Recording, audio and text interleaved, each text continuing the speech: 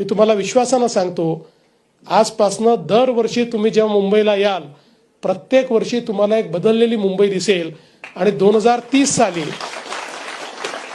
जगातल्या कुठल्याही विकसित राष्ट्राची जी राजधानी आहे त्यापेक्षा उत्तम अशा प्रकारची मुंबई ही पुढच्या 5 वर्षामध्येच आपल्याला तयार झालेली दिसेल. आणि केवळ मुंबईच नाही तर हे ट्रान्सफॉर्मेशन पुण्यातही दिसेल, हे ट्रान्सफॉर्मेशन छत्रपती संभाजीनगरलाही दिसेल, हे नागपूरलाही दिसेल, हे नाशिकलाही दिसेल, हे कोल्हापूरलाही दिसेल. अतिशय चांगल्या पद्धतीनं आपण आता आपल्या कार्याचा वेग पकडलेला आहे आणि मला विश्वास आहे की आपली टॅगलाईनच आहे, आता महाराष्ट्र थांबणार नाही. आम्ही आमची सांस्कृतिक समृद्धी टिकवली म्हणूनच भौतिकदृष्ट्या आम्ही समृद्ध होतो.